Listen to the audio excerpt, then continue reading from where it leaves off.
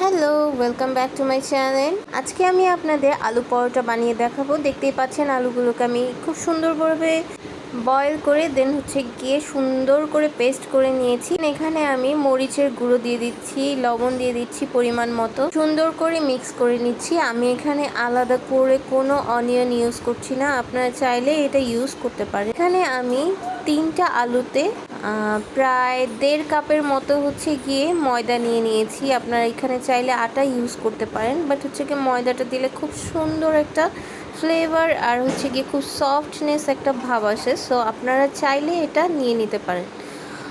এখন আমি পরিমাণ মতো গিয়ে সয়াবিন তেল নিয়ে নিচ্ছি। খুব সুন্দর করে পুরোটা গিয়ে ডোর মধ্যে মিক্স করে নিতে হবে। দেন দেখতে পাচ্ছেন অনেক সুন্দর করে গিয়ে মিক্স করে নিচ্ছি।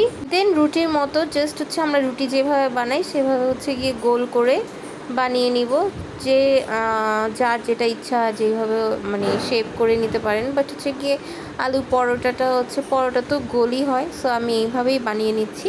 সো আমি এখানে আগে গিয়ে একটা প্যানে সুন্দর করে সেঁকে দেন গিয়ে তেলটা দিব, কারণ আগে যদি আপনারা তেলটা দিয়ে দেন তাহলে কিন্তু গিয়ে রুটি ভেঙে ভেঙে যাবে। হ্যাঁ, সো এইটা কিন্তু খুবই ইম্পর্টেন্ট।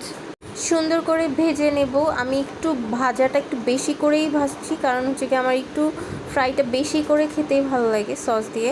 সো আমি এখানে পরিবেশন করব কি টমেটো কেচাপ দিয়ে। আপনারা চাইলে এটা চিকেন দিয়ে, মাটন দিয়ে, এনি কাইন্ড অফ গিয়ে মিট দিয়ে আপনারা এটা খেতে পারেন। এর মতো এই পর্যন্তই। Thank you.